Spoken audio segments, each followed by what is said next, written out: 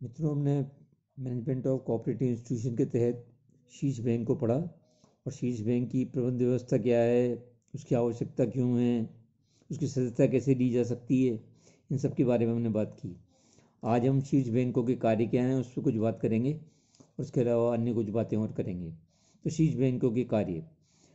Function of apex bank.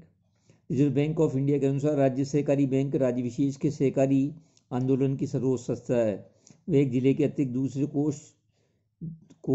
जिले को स्थानांतरित करके अर्थात कोषों के प्रेषण हेतु एक नई नहर के रूप में सेवा उपलब्ध करा के विभिन्न केंद्रीय बैंकों के लिए निकासी और संतुलन केंद्र का कार्य करता है।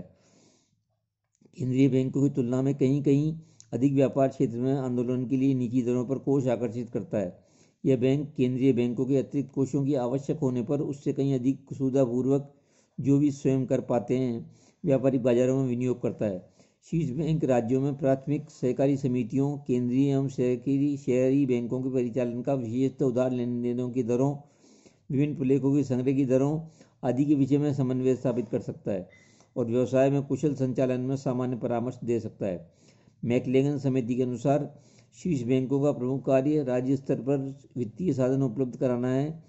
शीर्ष बैंक केंद्रीय बैंकों के कार्य संचालन पर नियंत्रण रखकर प्रबंध में समन्वय स्थापित करते हैं। शीर्ष बैंकों की इनके कार्यों के आधार पर केंद्रीय बैंकों का संतुलन केंद्र भी कहा जाता है। इन बैंकों के प्रमुख कार्य संक्षेप में इस प्रकार हैं। नंबर 1, सहकारी वित्तीय व्यवस्था में संतुलन। शीर्ष बैंक राज्य में सहकारी वित्तीय व्यवस्था में संतुलन स्थापित करता है। यह एक क्षेत्र के केंद्रीय सहकारी बैंकों के अतिरिक्त कोषों को दूसरे क्षेत्र के केंद्रीय बैंकों तक पहुंचाता है जहां इनकी आवश्यकता होती है। यह बैंक जमाएं स्वीकार करते हैं तथा समाज संशोधन गृह का कार्य भी करते हैं। दूसरा है सहकारी आंदोलन को दिशा प्रदान करना। शीर्ष बैंक राज्य के केंद्रीय सहकारी बैंकों के कार्यों में समन्वय स्थापित करके सहकारी साख आंदोलन को एक ऐसी दिशा प्रदान करता है। यह केंद्रीय बैंकों के अनुदान व सहायता देकर सहकारी आंदोलन के विकास में सहायता करता है। तीसरा, मुद्रा बाजार से संपर्क। शीर्ष बैंक राज्यों को सहकारी संस्थाओं में देश के मुद्रा बाजार में संपर्क स्थापित करने वाली कड़ी है। यह बैंक रिजर्व बैंक व राज्य के सहकारी बैंक आंदोलन के मध्य संपर्क का कार्य करता है। शीर्ष बैंकों के माध्यम से रिजर्व बैंकों के राज्यों की सहकारी विकास के लिए साधन उपलब्ध करवाता है। इस प्रकार शीर्ष बैंक केंद्रीय सहकारी बैंकों के बैंक का कार्य करता है। चौथा है राष्ट्रीय आंदोलन से समन्वय। यह बैंक राज्य के सहकारी आंदोलनों को राष्ट्रीय सहकारिता आंदोलन से जोड़ने का कार्य करता है। पांचवा है केंद्रीय बैंकों का नियमन एवं नियंत्रण। शीर्ष बैंक राज्यों के केंद्रीय सहकारी बैंकों के कार्य संचालन को नियंत्रित एवं नियमित व समन्वित करता है। छठा, समन्वित बैंकिंग कार्य। शीर्ष बैंक कुछ राज्यों में व्यापारिक बैंकों के कार्य भी करते हैं। जैसे महाराष्ट्र व मद्रास के शीर्ष बैंकों ने सहकारी उपभोक्ता आंदोलन को संगठित करने में महत्वपूर्ण भूमिका निभाई थी। रिजर्व बैंक के अनुसार शीर्ष बैंकों की व्यापारिक बैंकों के कार्य करने की अपेक्षा सहकारिता के नए क्षेत्रों की खोज कर उनके लिए वित्तीय साधन उपलब्ध कराने का कार्य करना चाहिए। शीर्ष बैंकों की सफलता इस बात पर निर्भर करती है कि सहकारी आंदोलन व मुद्रा बाजार के मध्य घनिष्ठ संबंध स्थापित किया जाए। इसके लिए यह आवश्यक है कि राज्य के केंद्रीय सहकारी बैंक बाहरी वित्तीय संस्थाओं से सीधे संपर्क न करके शीर्ष बैंकों के माध्यम से ही संपर्क करें। इस बात को केंद्रीय सहकारी बैंक ने सैद्धांतिक रूप से स्वीकार किया है, परंतु व्यवहार में स्थिति कुछ और ही है। महाराष्ट्र में केंद्रीय बैंकों ने इस सिद्धांत का पूर्ण रूपेण पालन किया, लेकिन पश्चिम बंगाल, तमिलनाडु व पंजाब केंद्रीय बैंकों ने स्टेट बैंक ऑफ इंडिया के सीधे संपर्क स्थापित किया है।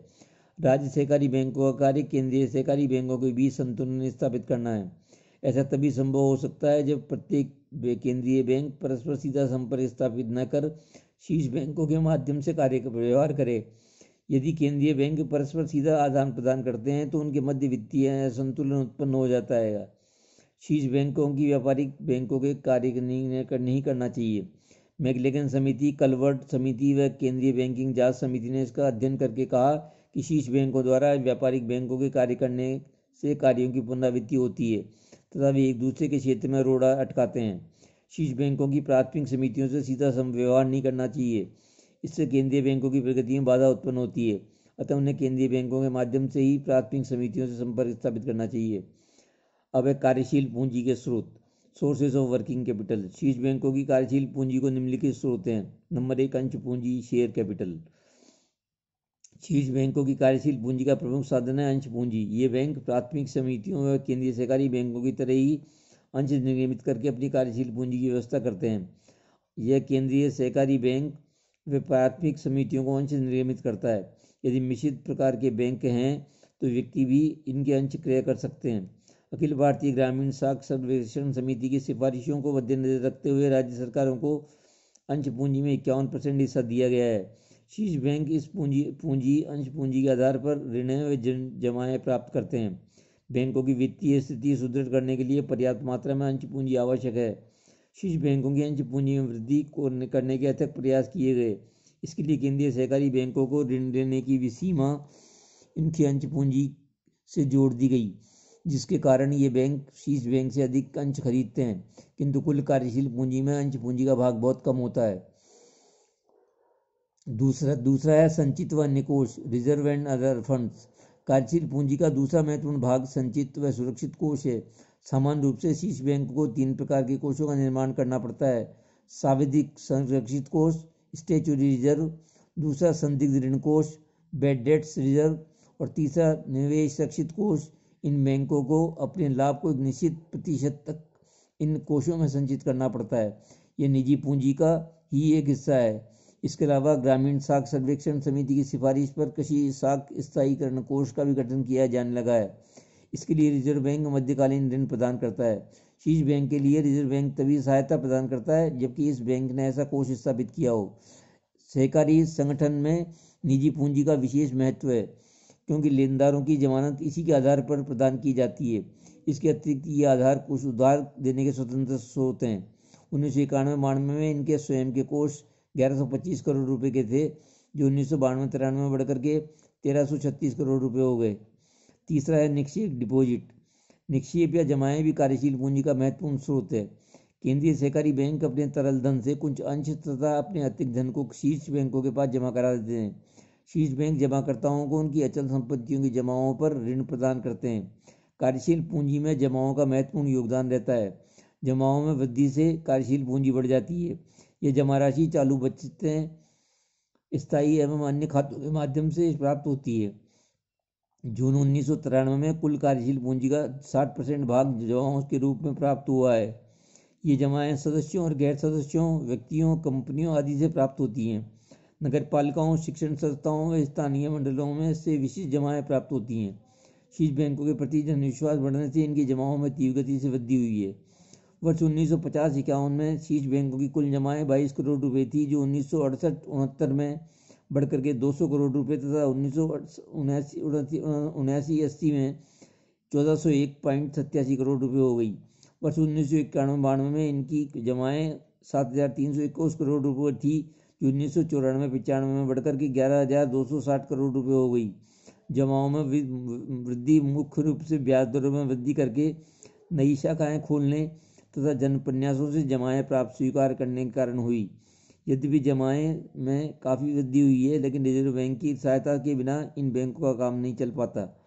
मेहता समिति ने इस संबंध में यह सुझाव दिया, यदि शीर्ष बैंकों को सहकारी बैंक शाख का विस्तार करना चाहें तो उन्हें अपनी जमाओं में वृद्धि के लिए प्रयास करने होंगे।